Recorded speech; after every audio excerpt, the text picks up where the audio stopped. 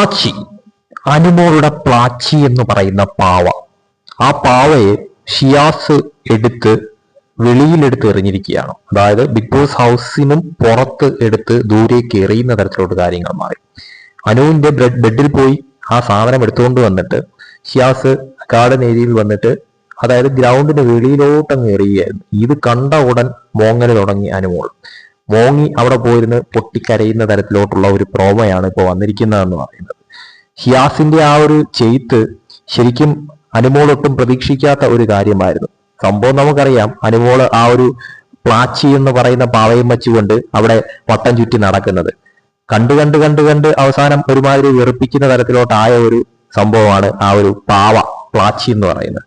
അതിനെ ഇപ്പൊ ഷിയാസ് വന്നുകൊണ്ട് അതിനെ എടുത്ത് എടുത്ത് എറിയുന്ന ഒരു പ്രോമോയാണ് വന്നിരിക്കുന്നത്. അത് കണ്ട് പൊട്ടിക്കരയുന്ന ഒരു അനുമോൾ. നമുക്കറിയാം ഷിയാസും അതോടൊപ്പം തന്നെ അനുമോളും പുറത്ത് സ്റ്റാർ മാജിക്കിലൂടെ തന്നെ വലിയ കമ്പനിയുള്ള രണ്ട് വ്യക്തികൾ തന്നെയാണ്.